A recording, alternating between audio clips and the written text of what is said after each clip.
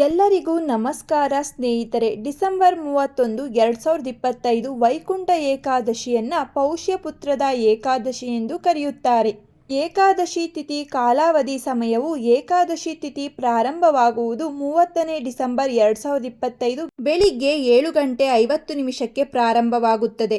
ಏಕಾದಶಿ ತಿಥಿ ಅಂತ್ಯವಾಗುವುದು 31ನೇ ತಾರೀಕು ಡಿಸೆಂಬರ್ 2025 ಬೆಳಿಗ್ಗೆ 5 ಗಂಟೆಗೆ ಮುಕ್ತಾಯಗೊಳ್ಳುತ್ತದೆ.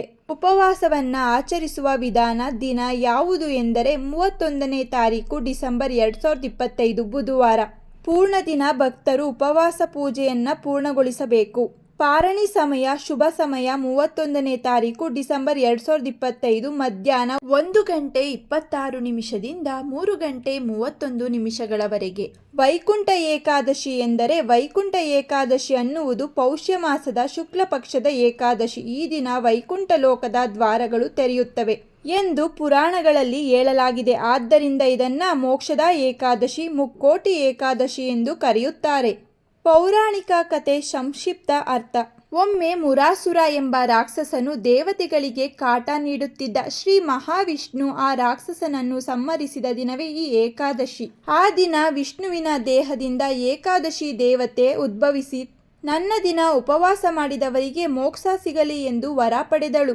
ಅದಕ್ಕೆ ಈ ದಿನಕ್ಕೆ ಇಷ್ಟು ಮಹತ್ವ.